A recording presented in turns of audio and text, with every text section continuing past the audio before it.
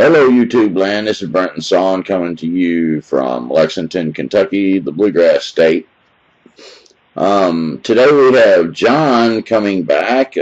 He was the fellow from Kentucky who has been on a couple times. The last time he was on, he was sharing some moonshiner Bigfoot stories, and he had a Dogman story where someone he knew had shot at one of these things, and it came back, and all they ended up finding of this man was his foot.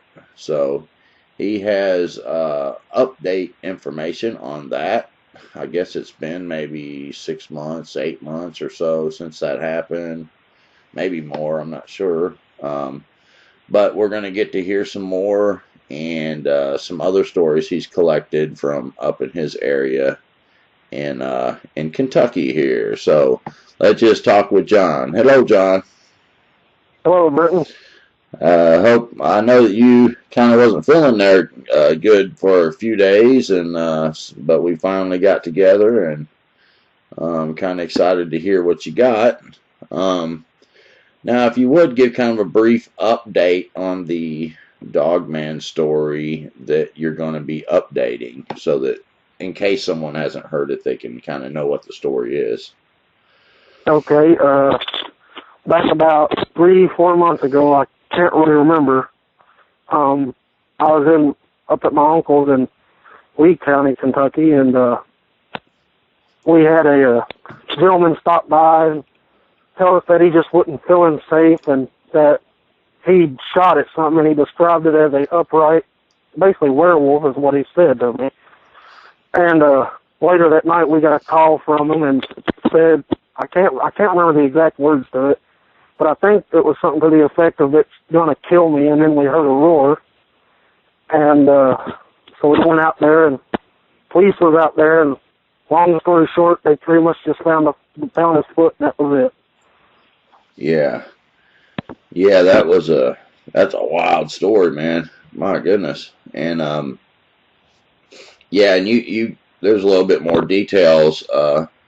I think that when that story was fresh in your mind, and I'll put that in the cards. So if you tap the screen on YouTube, you tap the screen, a little dot will pop up on the right top corner, and it's a video named something like Moonshiners or shared stories in it. But that story is in that video.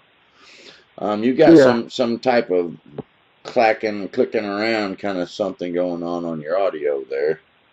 Oh, I'm sorry, I was moving around out here close to the woods. Okay. Yeah, that it's kind of loud, so whatever you're doing, stop it. All right, I'll go back to the porch. All right, man. I don't need to be down here around them anyway. Yeah, you come down there by the woods, you might end up coming up messing. Yeah, I'm good. Hear a roar, and then you're gone. And it's like, well, we'll have to go up there and see what happened to him. Yeah, as long as I was okay, just a little shaken up, it would make for some good audio, though.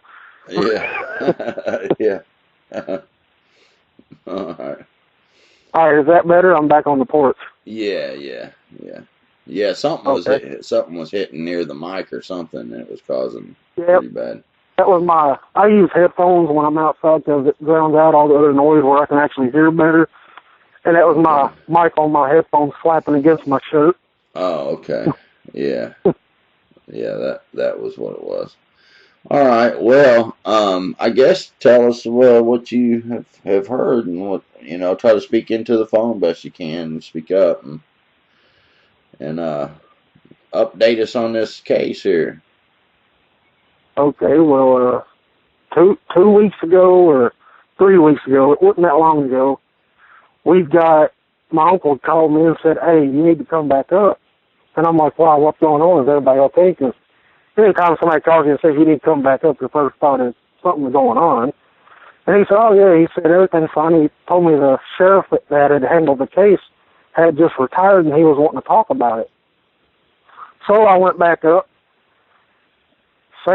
About the same time as the older man came that night and talked to us, about 2, 3 o'clock in the morning, he come out, started talking to us, and I'm not really going to give too much description on what else he said he found, because I'm pretty sure the older man's daughter will listen to this. And to me, I don't think that she should hear, every little detail. Okay. But he basically said that they have found his foot. He said, but however, I did not tell you everything that we saw in there. He said there was a unusual amount of blood excuse me, in the house. And he said it wasn't like somebody's throat got slashed. He said it was like something was scooping it up and just tossing it all over the house. He said it almost looked like a battle zone. He said it was just totally disgusting is what he worded it. So he said about 2 or 3 days after that, after we went up there and he told us that we had to go home and all that, he said that he got a call from a hiker that lived, I can't remember the exact miles, but it was quite a ways away, but close enough to that old man. And this hiker was walking, and they noticed that there was a lot of dry blood around the base of this tree, so they looked up, and there was the old man hanging from his other foot, the one that hadn't been removed.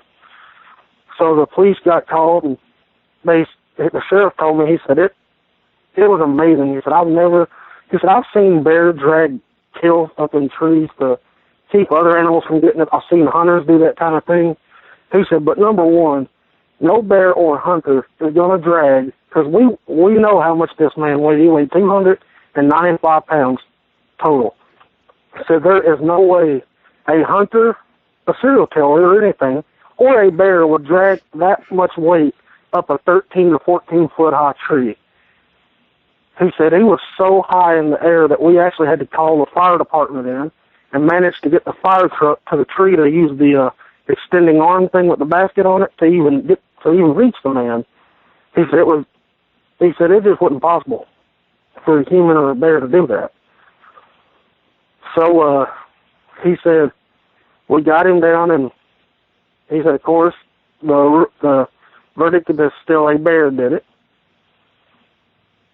And he said that later that afternoon that those same two gentlemen from the first time I talked about this, those two guys in the black suits came to his office and was saying, okay, we're going to go back out there. And he said, why are you all going back out there? And one of them was a nicer guy, and excuse my language here, he said, but the other one was kind of a dick. He just kind of looked at me and just told me to shut my mouth and not worry about it. And he said that one walked out, and the other one said, look, we're just going to go out there and look around and see what we can find and all that. So he said they was gone for a long time, and about, I think, 2 or 3 hours went by, and he started hearing helicopters coming over the little town there. So they stepped out, the police did, and they was looking, and there was 4 helicopters going toward where the old man lived. Now, this old man, he lived out in the middle of nowhere, and he'd cut a great big circle out where he would hunt out in the woods. He left one tree in the center, and he would go up in a tree stand. That way he could see all the way around them and have some good vantage points on some deer and stuff. Well, he said in about 30 to 40 minutes after he seen the helicopter start rolling into the wood line, that they lifted back up and had one of the biggest tarps he has ever seen.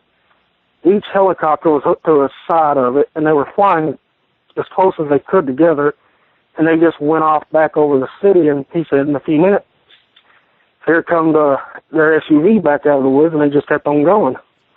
He said, I don't know what they done. He said, but I'm guessing they went there and killed something. Well, the helicopters were carrying a tarp? Yeah, like scrap to the bottom of them, Yeah. I don't know what the proper word for that is, but like you see in the movies where they have a tarp on the bottom of them, like I don't know how to explain it. It's just they have tarps attached to them. Yeah. Okay. Yeah, I mean, for something, and they flew into the wood line. You thinking they went like back there to where he would hunt from and landed? That was the only place I've seen the spot. That is the only place in that entire area, town included, that 4 helicopters could land with enough space not to hit each other. I mean, it was huge. The big circle was. I think his family said that he worked for about 3 months on clearing it out all the way by himself, because Yeah, nobody wanted. Well, people would have helped him. He just didn't like accepting help from people. yeah, and then the helicopters take off with something. Yeah, and he said when they came in, that they was not. He said I'm 1,000%, no, I'm 1,000,000,000% sure there was no tarpaulin attached to the bottom. He said all it was 4 helicopters. He said, and the weird thing is, he said they were flying in a perfect line, like they were almost connected together. He said it was real weird. He said I've never seen anything like that. Yeah. But they never. He said to this day, as far as he knows, they've moved him back. They don't know. He don't know. I mean, if they went back there and got like a Dogman or something, they wouldn't need a tarp on the bottom, would they? I mean, Well, I don't know. That kind of. I'm kind of wondering about that myself. But when I tell you a few other things, and the listeners a few other things, I'm thinking that they went in there and got every one of them that was in there, and they needed enough to carry them all out. or they maybe got something else too. I mean, who knows? But yeah, I mean, we'll never know. Yeah. Oh, wow. For all we know, they could have went there and got a special kind of tree. I mean, we'll never know. Right. But Yeah. Not too long after the interview, I don't know if you've seen the comments or not, but I was commenting, telling that I was going to be the one to talk to his 2 daughters that he had. So I talked to them, and one of them, she didn't want nothing to do with it. She just said she'd rather just not even worry about it. He's better. He's in a better place. He's not going to be sick no more, nothing like that. So she just kind of left it at that. But the other one wanted to know, and I told her what the sheriff told us, that they just found his foot. Because at the time, that's all I really knew. And that we saw that canine track outside. And that was it. That's really all I knew. So a few days after I talked to her, she said, I want you to do me a favor. And I'm like, I can try. What is it? She said, well, the sheriff said I can go out there and get some stuff of my dad's, and I was wanting you to go with me. So I'm like, okay, I'll go out there to help you. So we went out there and spent all day, got some of the more important, like the sentimental things, like some of his guns that was left behind, and she took the war medal that he'd had from when he was in, I can't remember what war it was, but he was a veteran. Yeah. And I say, do you want the bed? Because that was her mom and her dad's, and they'd had it since the daughter was a really young little girl. And she said, yeah, I guess I could. So we take the mattress off, carry it to her truck. We get back in, and we're getting ready to look at the box spring, and I go, wait a minute. Look at the center of that, and right in the center of the box spring was a good-sized nail, just drove in. So, of course, me knowing my mind, my wandering mind, got it and started pulling it up, and it had a string attached to the bottom of it. So I said, okay, that's all right. I'll just go ahead and take it on out, though. And you know those film canisters that, like, film for cameras come in? Huh. There was one of them attached to the bottom of the string. So, of course, we opened it. And it had a note in there, just gave an address, and there was a key to it. So we decided, we got enough of the stuff, we're just going to go see what's going on. And this, I will tell you, she said she will, because I've already told her that I was wanting to bring you up in that area, and she said that she would let you see every bit of this if you wanted to. Yeah. So we went. Oh, it's pretty impressive what we found. There was, so it was like a post office is what it was. Yeah. And so we opened the box, and it had a big metal box in it. So we took it back to her house in town, and we opened it, and it had a bunch of like videotapes and SD cards and stuff like that in it. And they was numbered 1 through I think 12. Mm. So she put the first one in, and it was a video of him talking, and he said, "Look, there's things out here that nobody knows about, and they need to know about it. Chances are, if anybody ever does find this, I'm more than likely I'm dead." He said, "So look through the stuff.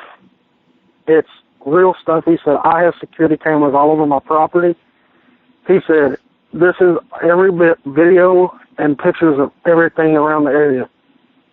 So we got to looking through them. Was this stuff on like SD cards, or what was it on? Yeah, the actual videos and some of the pictures was on SD cards. He had an old video cassette tape. I guess he liked the older stuff too, so that's what the message was recorded on, was like a VHS tape. Okay. So we got to looking through the SD cards, and he has some of the most clear photos I have ever seen in my life of this thing. He even has video of them surrounding his property. At one time, I paused one of the videos, and I counted at least 12 of them, and that's that you could see. And I always think to that, I can't remember, I think it's Vic. He always says, for every one that you see, there's probably 1 or 2 more. Mm-hmm. Yeah. So if you see 13, it kind of makes you wonder, how many more aren't you seeing? Well, yeah. Well, that might be the whole pack, but I mean, he's saying like if you see one, I mean, I think I might have said that a few times too. You typically there's more than one. 12, 13, that's a pretty good pack. And on the SD cards, what was you watching it in? What were you putting the SD card in? Her laptop. Laptop, okay. Wow, dude, that'd be pretty amazing to see, man. I'll tell you that. She's willing to let me see this. She said only people that I trust, she will trust. All right. Yeah, well, I appreciate it. And I mean, I live close too, Yeah. So, yeah, I mean, I would be willing to come up there with a laptop or whatever and check, look at the stuff and see what, talk with her and stuff. That'd be great. But what else was on the stuff?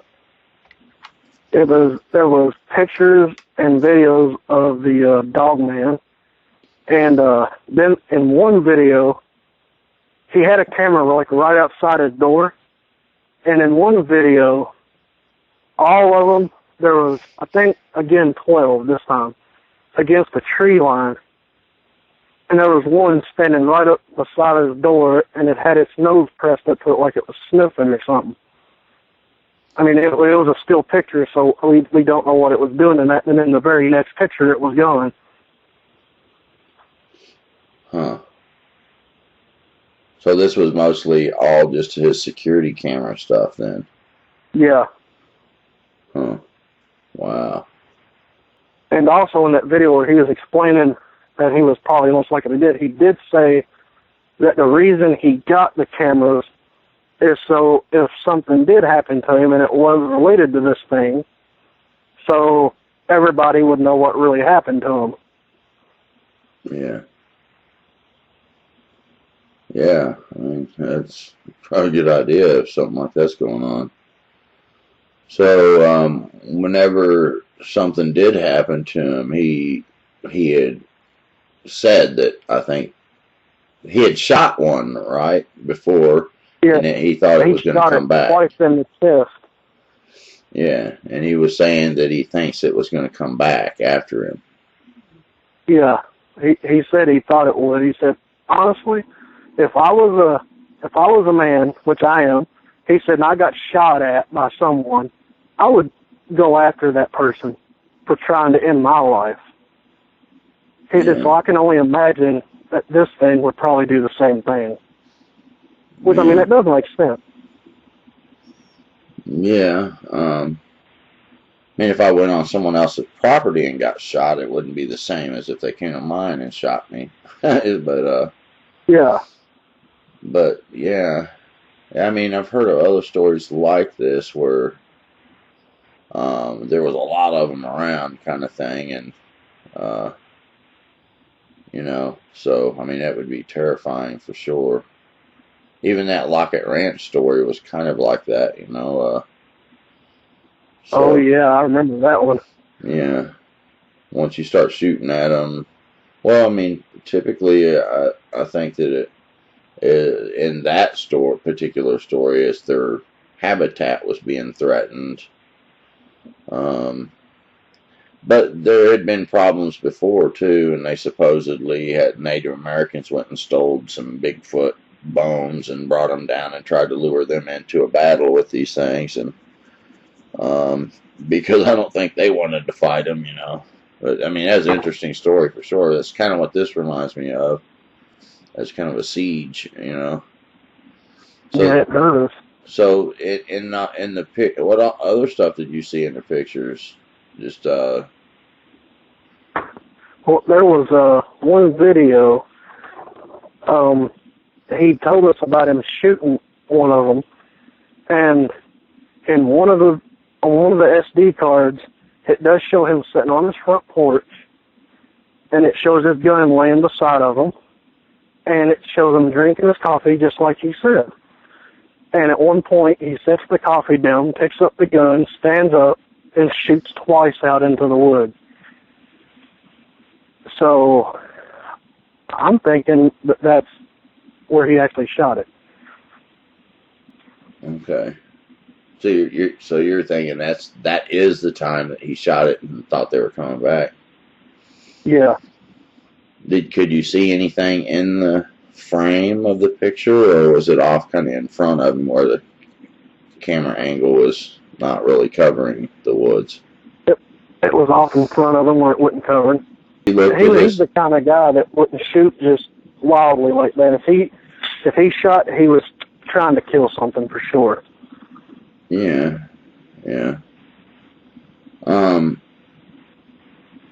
I mean, he had to know that there was a lot of them there if he was collecting his stuff, so that's pretty brave to shoot at him, ain't it? I think what he thought was that they're coming for me and I'm gonna take at least one of them. Yeah.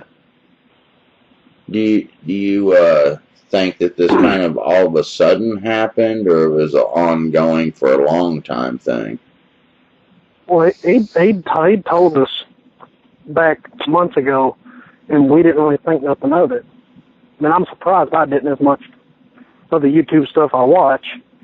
But he said that he'd been having rocks thrown at his house. He'd been hearing growls outside his dorm windows and stuff like that. Right. Did you think it was more of a Bigfoot thing he had going on, or? Yeah, that's what he thought it was originally, and he did tell us. He said, I'm aware they're there.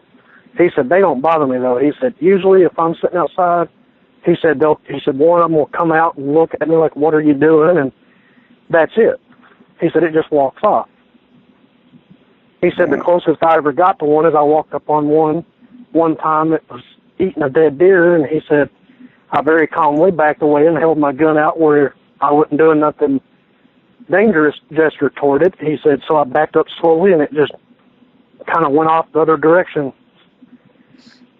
Yeah. And I said, you're lucky because that could have went a whole other way. He said, I know.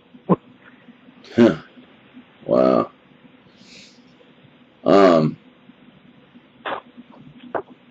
All right. Well. Wow. That'd be pretty cool, man. I mean, I'd like to see some of that. You know, those pictures and stuff. That's for sure. Yeah, of course, some of the pictures, you know, they have like deer and stuff like that in them, but there is quite a few that show the Dogman in them. And they're not blurry or nothing. They're pretty clear. Right. Dang, dude, that would be huge, man. I had someone here not too long ago. Haven't really said anything about this, but I don't know what happened, so I'll just kind of give a brief thing on it. This guy had contacted me, and he said that he was talking with two different families, and they had these journals and stuff like that, and they go back to the 1800s, and but anyway, they had documented this Bigfoot activity, and he said that he had a picture. One of the families had a picture of an old man sitting between two Bigfoots, and it was very, very, very clear. It was from 1941, I think he said, or 40. I might have said 1943. Wow. I'm not sure. It was in the 40s, but it's what he said. He went up there. He called me from their house. I talked to the people, and I talked to him for a minute, and then he ended up having to leave. But he emailed me back and said they were sending me that picture, the box with the journals and that picture, and was sending the original picture. I waited for a week and heard nothing. I'd called a couple times, and I only had one number. No one answered, and then the emails, I didn't get a response. I was starting to get a little bit kind of ticked off because it's like, dang, man, you need to let me know something, about this. I've been kind of playing around it and all. Well, nothing happened.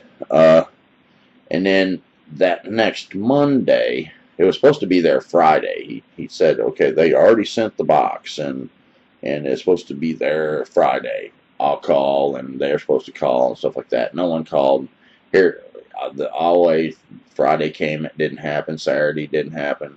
So Monday he emails me back and said, well, they accidentally sent the box to my house.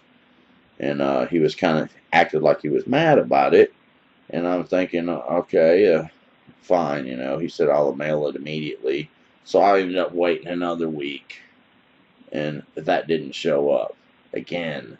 So I emailed, and I was like, look, man, I don't know what the deal is, like if you all have conned to me or something, or what the deal is, but I don't believe a box is coming. You know what I mean? I told him, it's like, just forget it, man.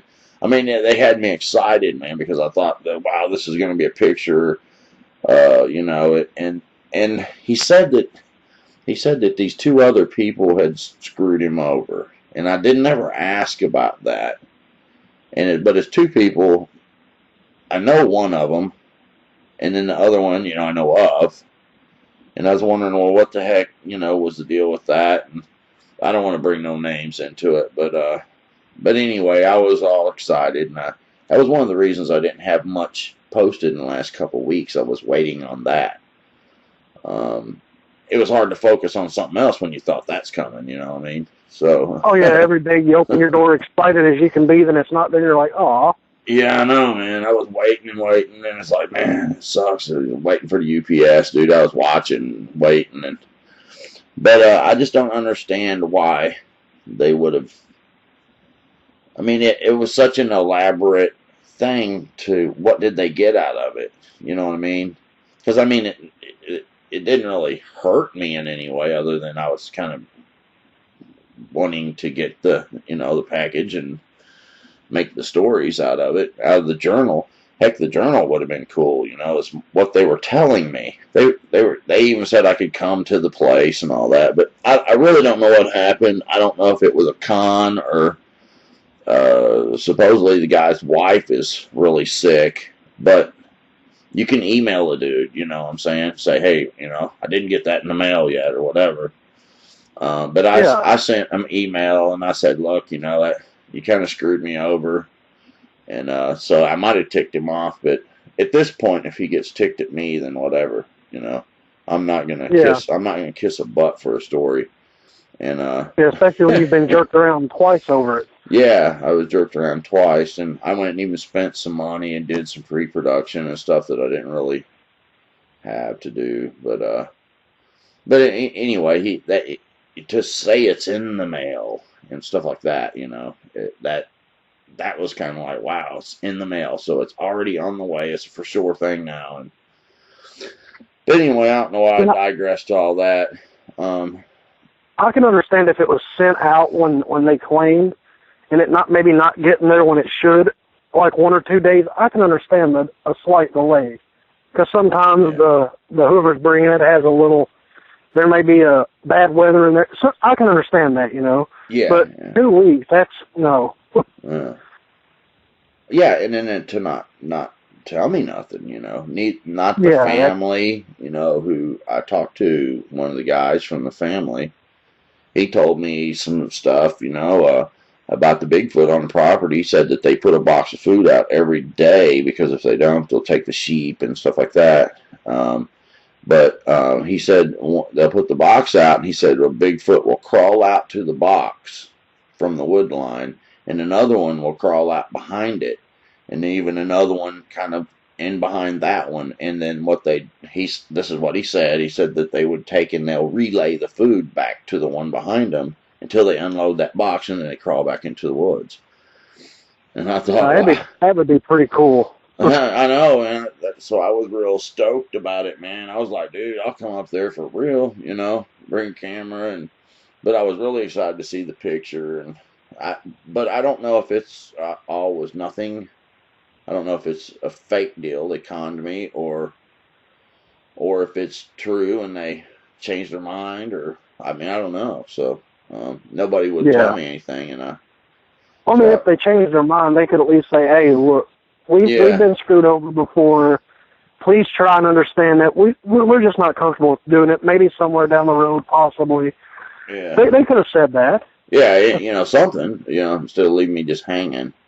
Especially to already had sent the family agreed to let me have the picture and the original and had sent it out, but he sent the brother to go mail it and kind of deal. It's kind of complicated, I guess, to explain it all.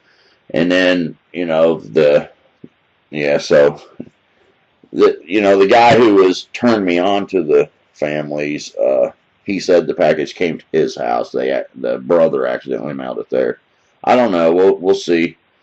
I mean, they're welcome to still do this, but I ain't gonna lie, it's kind of ticked me off to not let me know something. And I mean, and if they get mad about me being upset, then I'm, like I said, even though it would be a huge story and I would benefit from it, and surely, I would benefit from it. It would help the show a lot, and I don't, I don't care. I'll get success doing it right. I don't have to kiss anybody's butt for nothing to be successful. Because in my opinion, God is the one that's going to give me success, not an individual to where I have to kiss a butt or something like that to get a story. I'm just not going to do it. And yeah, I don't blame you. I wouldn't either. It's one of them things. Either you send it to me or you don't. Either way it goes, thanks for nothing. Yeah, just let me. I mean, if I would have understood, and I wouldn't have been mad. Just tell me something, man. Yeah. Don't leave me hanging. But anyway, like even with you all story, man, I would be glad to do that. But I know that you would communicate with me. You wouldn't just leave me hanging. Yeah, no, I wouldn't do that. Kentucky boys don't do that to each other. You know what I'm saying?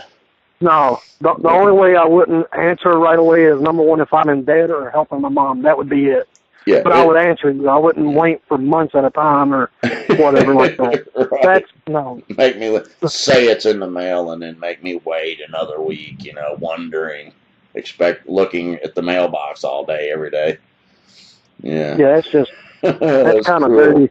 It's cruel, man. It was bad. Yeah, it is.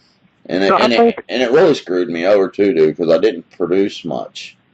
Yeah. And it knocked my income in half. So just as I had got caught up, because I told people you can donate to the channel and stuff to help. I finally got caught up, got my numbers up, and then that happens, knocked it down. Because for one, I knew it was going to be a big story. It would have yanked my numbers right back up there real quick. Maybe even well over what it was. Yeah, I would have been fine if they had done what they said, but when they didn't, it was very disappointing. But that's okay. I'll make it. Will you bet? But to work hard and get everything on track again, and then go spend some money. I spent some money on some computer stuff and was prepping for it. And anyway, I guess I need to shut up about that. Yeah. Yeah. Anyway, let's get to your other people, stuff. but before I do that, I am going to say this because I just found this interesting. Some of these people on YouTube that like the viewers and stuff, some of them is just so, and I'm not trying to offend nobody, crazy, that it's just not even right. Like that thing with Wes and Woody. People called them, telling them to send proof of their grandfather's death certificate. That's crazy because they didn't believe that he was really dead. That's insane. Yeah. I don't know if you've heard about that or not, but when I heard that on one of their videos, I'm thinking, what in the heck is wrong with people? Yeah, I know. There's some really good fans, and then there's some trolls that come in, and they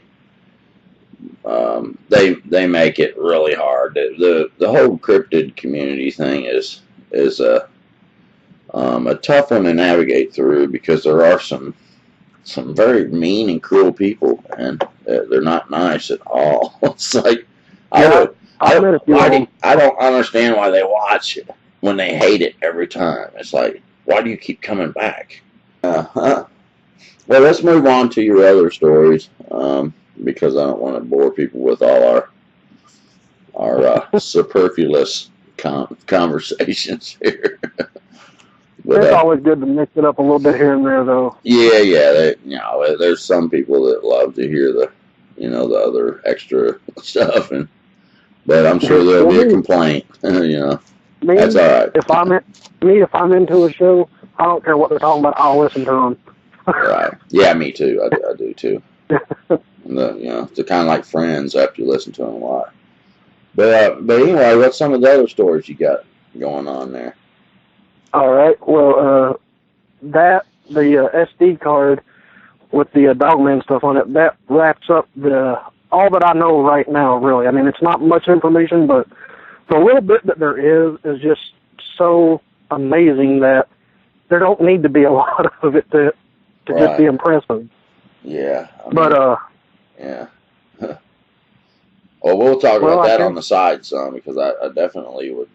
I would like for you to line that up, man, for real. And we'll, sit down and chat and whatever. I'll take y'all out to eat, and we'll go to Red Lobster or whatever and talk about it. And, something like that. I did ask her. I was kind of joking with her, though, because she's upset and stuff, and I was trying to cheer her up a little bit. And I said, hey, would you go camping with me and Brenton? She said, look, if one of you had a very large gun, sure, I'd go. If all you had was a slingshot, nah, I'm not going. All right. Yeah. And then she started laughing, and I'm like, well, at least I made you laugh. She said, yeah, you're good at that. Yeah, I mean, we can start with go somewhere and eat or something, and something like that, and plan from there. Yeah. All right, man. Well, let's move on to the other stories, and we'll talk about that part on the side. And all right. Well, I recently started dating a new girl around town here, and I was over at her house one day, and her brother had come over because I hadn't got to meet him yet, and he'd recognized my voice, and he said, where have I heard your voice before? And I'm like, I don't know. And he said, hold on a minute. Have you ever been on any shows on YouTube about Bigfoot and stuff like that? And I said, yeah. And he said, which show did you go on? And I told him I was on your show a couple times. He said, that's where I've heard you at. So apparently I'm dating the sister of one of your viewers. And he was telling me, he asked my girlfriend, he said, did you ever tell John about what happened to us that night? And her eyes just kind of got big, and she goes, no. And I just kind of looked at her. I said, what happened? She goes, I ain't going to talk about it. You two can, but I'm going to leave the room if you're going to, because it's too creepy for me. And I said, okay. I said, well, I'll tell you what, we don't want you to have to leave your living room. I said, we'll go out on the front porch and talk. She said, okay. So we went out and started talking. When they were in high school, they were on the way home down a country road. And you know how the country roads are in Kentucky. They're windy and dark and woody. So they're going down through there. And he said, out of nowhere, me and her just sitting there talking about just what we're going to do tomorrow and all that kind of thing. He said, out of nowhere, my sister just screams at the top of her lungs, and I slam on the brakes, and straight ahead of us is a Bigfoot standing in the road, just staring at the car. He said, so we stop, and we're just sitting there looking at it, and he said, if you could have heard the roar this thing let out at us, he said, I'm surprised the car glass didn't shatter. He said, it was very loud. He said it stood there for a minute after it roared, stared at us a little bit more, turned around, and walked off the other side of the road. You know, that roar thing that's so scary, man. If you've never heard a roar like that, it's just hard to even comprehend it, how terrifying it is. Go ahead, man. Yeah, he said, I'm telling you, I think I'd rather walk up on a serial killer than one of these. He said, and that's the truth. He said, because at least with a serial killer, it's a human. You have a chance to survive. He said, with this, the best you can do, they may find a body part of yours and know you've been killed.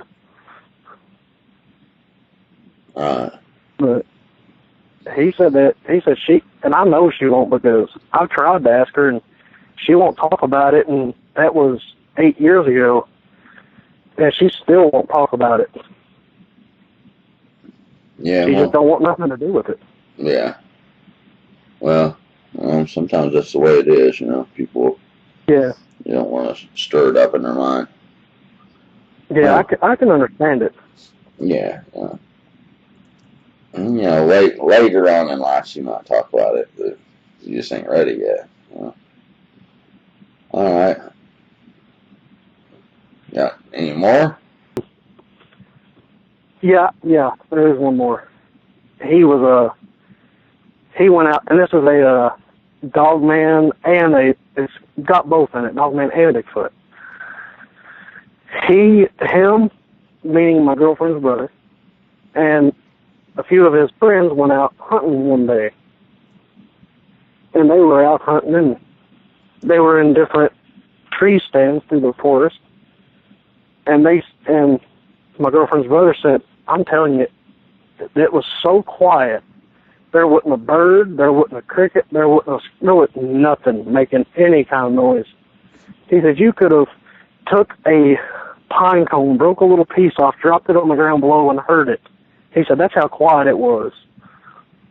He said, out of nowhere, there was just this, he said, it sounded almost identical to the same roar me and my sister heard that night. He said, and when I heard that, I looked over at the guys and I started pointing down, telling them we need to get out of there. He said, and just as soon as that we all started to climb down, he said, I heard a howl come from the other side. He said, next thing I know, I'm staring at a Bigfoot standing out in the middle of a clearing. He said, just roaring toward the opposite way. He said, out steps a Dogman from the other side, and they're just howling and roaring at each other. He said, it was plumb scary, and he goes, they didn't even know we were there, or if they did, they didn't care. He said, I was expecting them to start fighting at any minute, and if they did that, we were going to get out of there. He said, but they never fought. He said they came close together, but they wouldn't step over a certain spot. So he said, I'm kind of wondering if maybe one spot is one's territory and another spot's the other one's territory, and they didn't dare cross because they knew what would happen if either one of them done it. He said that lasted, he said, I'm not mistaken or nothing. He said that lasted for a good 15, 20 minutes. He said it was that long. That they just stood there doing that, and he said they was swinging their arms up in the air and all kinds of stuff. He said then they just turned and walked off. He said, needless to say, when I got home, I had to change my clothes, and all my friends did too. Yeah. And I asked him, I said, do you go hunting anymore? He said, this is the way I look at it. You can either let it ruin your life, or you can go out there and not act like it never happened and keep right on going. He said, that's what I do. I love to get out there. It's not going to stop me. Well, anyway, we're coming up on an hour. Is that all the stories you had there? Yeah. Sadly, it is. For now, huh? But Yeah. anyway, we'll be talking about the other stuff, and you know, you got my contact information. We'll be talking about that on the side, but just hold on the line there for a second. And everybody out there in YouTube land, I hope you enjoyed this episode. If anyone has anything they'd like to share, you can contact me at brentonson@gmail.com. It can be cryptids or supernatural stuff, any kind of good mystery story you think would make a good episode. You can contact me at brentonson@gmail.com. If you want to contribute to help with this channel, you can go to a link in the description below, and it's a PayPal me link. It's super easy to use. I appreciate every contribution that's made. And then, so anyway, until next time, hope you all enjoy. God bless, and we'll see you on the next video. Bye.